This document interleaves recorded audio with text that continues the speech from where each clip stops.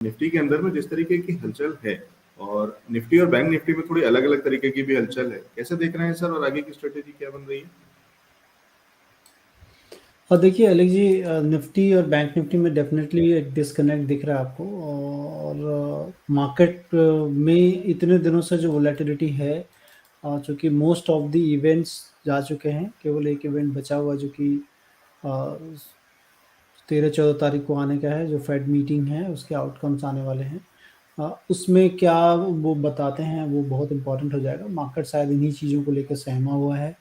लेकिन लेक जी, अगर आप ऑप्शंस की बात देख लें, क्योंकि ऑप्शंस बहुत ही नज़दीक का में क्या होने वाला है उसको काफ़ी अच्छी तरह से दर्शाता है। तो वहाँ पर जो इस वीक के लिए जो भी ऑप्शंस खुले हैं, उसमें थोड़ी दिक्कत दिख रही है कि मार्केट में कुछ शायद गोइंग फॉरवर्ड डाउनफॉल देखने को मिले, क्योंकि कॉल साइड में काफ़ी ज़्यादा राइटर एक्टिव है, that too on a very near, एकदम जो स्टोन थ्रो डिस्टेंस है 18,600, तो 50 पॉइंट ऊपर ही काफ़ी ज़्यादा राइटिंग आज देखने को मिली है। 67 लाख शेयर्स राइट किए जा चुके हैं और ओपन इंटरेस्ट कॉन्सेंट्रेशन भी इसी स्ट्राइक प्राइस पे सबसे ज़्यादा है, 1,28,00,000 के आसपास है। तो मतलब गोइंग फॉरवर्ड ये हो सकता है आपको कि 18,600 से लेकर 18,700 ये इम्पोर्टेंट दायरे होंगे ऊपर में रेजिस्टेंस के लिए for the time being, at least for this week. और निचले स्तरों पे बहुत ज़्यादा कॉन्फिडेंटली पुट राइटिंग नहीं हो रही है। मतलब एक तरफ दबाव दिया जा रहा है कॉल की तरफ से, लेकिन पुट में लोग थोड़े से सहमे हुए हैं राइटिंग, लेकिन उतनी ज़्यादा नहीं है। तो वहाँ पर जो मुझे लग रहा है कि जहाँ पर कॉन्सेंट्रेशन है पुट साइड में, वो 18,500 के आसपास है, मतलब एकदम पास में है। तकरीबन 51 लाख शेयर्स वहाँ पर ऑलरेडी खड़े हैं उस स्ट्राइक प्राइस पे, और आज के दिन 21 लाख शेयर्स जो है उसमें ऐड हुए हैं। तो ये दर्शाता है कि ये शायद एक रेंज होगा, और रेंज बहुत शॉर्ट, बहुत ही कम दायरे के रेंज होंगे। तकरीबन जो है समझ लीजिए कि 18,450 ये इम्पोर्टेंट लेवल होने वाले हैं निफ्टी पे सपोर्ट के लिहाज से। अगर इन एनी केस वो सपोर्ट टूट जाता है मार्केट में, तो मुझे लग रहा है कि थोड़ी दिक्कत और बढ़ जाएगी, फिर 18,350 और इस तरह के लेवल देखने को मिल सकते हैं। अब अभी तक as of now for the week call writer जो है वो काफ़ी हावी हैं, और काफ़ी हर स्ट्राइक प्राइस पे अगर आप देखेंगे तो उन्होंने काफ़ी ज़्यादा ओपन इंटरेस्ट यहाँ से ऊपर 18,600, 18,650, 18,700 पर 67 लाख, 40 लाख और 71 लाख के करीब रिस्पेक्टिवली उन्होंने आज के दिन ही राइट किया है। इसका मतलब है कि निफ्टी पे शायद कुछ दबाव रहने वाला है।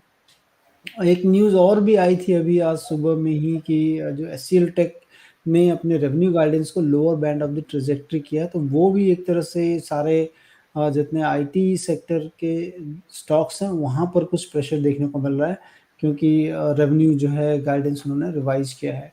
ये थोड़े से हेडविंड्स दिख रहे हैं जहाँ पर कि थोड़े सावधान रहने चाहिए, रिलेटिवली पोजीशंस कम रखें, क्योंकि momentum definitely mid cap small cap में देखने को मिल रहा था, लेकिन आज थोड़े से एडवांस डिक्लाइनिंग भी खराब दिख रहे हैं।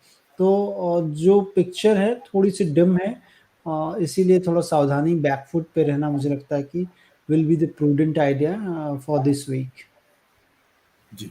और वो जो आप बता रहे हैं एक्सेल टेक्नोलॉजीज पे और जो खबरें और जो चीज़ें उसका असर भी दिख रहा है, तो वो सामने आपके स्क्रीन पे आपके चार्ट में वो दिख रहा है, वो परेशानी और उसके साथ साथ और भी क्या क्या सावधानियां बरतनी है वो संतोष सर ने बहुत अच्छे से सिखा दिया, बता दिया। संतोष सर आगे चलते हैं और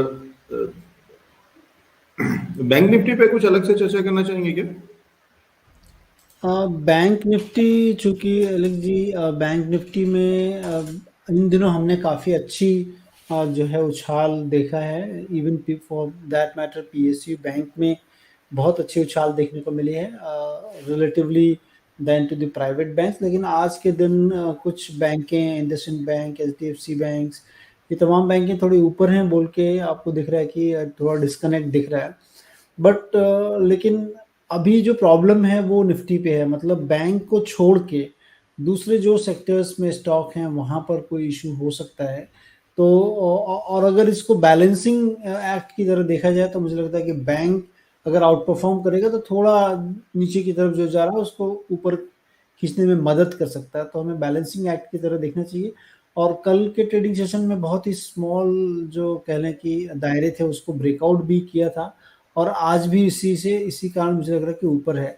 तो बैंक से सहारा मिल सकता है आपको इंडेक्स पे, बट लेकिन दूसरे जो जैसे कि आईटी काफ़ी ख़राब हो गया था, तो ये थोड़ा-सा ध्यान रखने का है कि आईटी, क्योंकि बैंक के बाद अगर आप देखोगे निफ्टी में तो आईटी का एक बहुत बड़ा लार्जेस्ट पाई है बैंक के बाद आईटी में, और आईटी डाउन है, उसके कारण हमको दिख रहा है कि सारी चीज़ें नीचे हैं। तो आईटी पे एकदम ध्यान रखें कि वहाँ पर इस तरह से जो चीज़ें आ रही हैं, क्योंकि कल अगर देखेंगे तो नैस्डैक काफ़ी अच्छा था, ऊपर गया था। लेकिन यहाँ पर कमेंट्री थोड़ी ख़राब थी, तो रिलेटिवली जो है कह लें कि पीछे की तरफ है मार्केट। लेकिन ओवरऑल अगर देखें, थोड़ी लंबी अवधि का अगर नज़रिया रखेंगे एलेक्स जी, तो मुझे लग रहा है कि IT will be going to be here, और उसमें अच्छे स्टॉक्स आपको चुनने चाहिए। ये मौका होगा लॉन्गर टर्म में, अगर बाज़ार में पैसे कमाने हैं तो IT will be the one, जहाँ पर कि रिस्क रिवॉर्ड काफ़ी फ़ेवर करता है। तो वहाँ पर आप स्टॉक्स देखें, वहाँ पर बहुत अच्छे-अच्छे स्टॉक्स हैं जो कि लंबी अवधि में मुनाफ़ा कमा के दे सकते हैं। तो ये बता दिया सर ने, एचसीएल टेक का सर बता दिया, निफ्टी आईटी का किस तरीके का नज़र रखनी है वो बता दिया है, और बाकी ओवरऑल निफ्टी और बैंक निफ्टी, और वो जो दोनों में एक अलग किस्म की रस्साकशी चल रही है, जहाँ निफ्टी नीचे की तरफ जितना माइनस में है उतना ही निफ्टी बैंक उतना ही प्लस में है। ऐसे ही है ना कुछ संतोष सर? हाँ, सीएनएक्स देखिए, निफ्टी आईटी में अगर आप देख लें तो मतलब गिरावट थोड़ी ज़्यादा है, थोड़ी-सी जो है कह नहीं, लें मैं कि बैंक चिंता और थोड़ी ज़्यादा है। जी जी, और अभी इन दिनों सर एक करेक्शन, एक बहुत अच्छा राइज़ भी आया था। तो मुझे लग रहा है कि वो राइज़ को भी, क्योंकि market don't move in a straight line, तो वहाँ पर आपको ये देखना चाहिए कि अगर थोड़ा और घटता है तो वहाँ पर मौके हो सकते हैं अच्छे लॉन्गर टर्म में। जी, ठीक है। तो ये है व्यू, और ये सारी चीज़ें आपके सामने दी। ठीक। संतोष सर, कोई स्टॉक स्पेसिफिक स्ट्रेटजी इस समय डिस्कस करना चाहेंगे, या आपको परमिशन दीजिए तो मैं कुछ एक सवाल ले लूँ दर्शकों को? स्टॉक स्पेसिफिक तो एज सच कुछ नहीं है, बट एक चीज़ है कि पीएसयू थीम अभी तक भी बरकरार है, चल रही है, वो दिख रहा है। लगातार जहाँ पर भी छूटे हैं शेयर्स, वो सारे शेयर्स चल रहे हैं, तो उसमें थोड़ा-सा ध्यान रख सकते हैं मोमेंटम के लिहाज से, नॉट दैट फंडामेंटली, क्योंकि मोमेंटम और वहाँ पर लोगों का पार्टिसिपेशन नहीं था बोल के चल रही हैं ये सारी चीज़ें। बट लॉन्गर टर्म में मुझे लग रहा है एलेक्स जी कि अगर आपने देखने हैं तो आप बॉटम अप अप्रोच करके कंपनीज को ढूंढना चाहिए कि जहाँ पर मिल सकती हैं, मौके हो सकते हैं। और दूसरी चीज़, जिस तरह से इंटरेस्ट रेट इन्वायरमेंट है, मुझे लग रहा है कि इस बार तो आरबीआई गवर्नर ने कुछ संकेत नहीं दिए थे, और थोड़ी निराशा थी उनके स्टेटमेंट को लेकर पूरी इन्वेस्टिंग कम्युनिटी में, कि उन्होंने कुछ भी इशारा किया होता कि अब शायद यहाँ से ज़्यादा ना बढ़ेंगे, लेकिन उन्होंने ये देखा कि अभी भी अकोमोडेटिव हैं। और जिस तरह से इन्फ्लेशन को लेकर थोड़ी चिंताएँ हैं कि थोड़ा स्टबर्न हो सकता है इन्फ्लेशन आने वाले टाइम पे। तो और फूड सप्लाई में थोड़ी चिंता है उनको कि शायद वहाँ से इन्फ्लेशन थोड़ा बढ़ सकता है। तो वो चीज़ों को लेकर मार्केट थोड़ा-सा सहमा हुआ कि अगर इन्फ्लेशन फिर से बढ़ा रह जाएगा, तो इंटरेस्ट रेट शायद बेनाइन या फिर नीचे की तरफ नहीं रहें। लेकिन एक चीज़ मैं ये बराबर कहना चाहूँगा कि अगर आप देख लें कि किसी भी टाइम पे अगर इंटरेस्ट रेट कम होने की संकेत कहीं से भी मिलते हैं, तो mid cap and small cap में मतलब बहुत तेज़ जो है तेज़ी आ सकती है। तो उस लिहाज से इस पर, इन सारे स्पेस पे नज़र रखनी चाहिए। जैसे ही कोई सिग्नल आता है, अगर इन्होंने नहीं दिया, हो सकता है कि फेड की तरफ से अगर कुछ आ जाए, क्योंकि एनर्जी प्राइसेज़ एलेक्स जी काफ़ी गिर चुके हैं।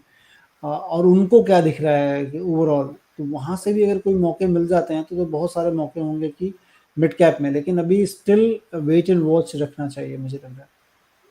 जी, तो ये है ओवरऑल व्यू, और बहुत सारी चीज़ें, किन चीज़ों पे नज़र रखना है और किस तरीके की स्ट्रेटजी बनानी है।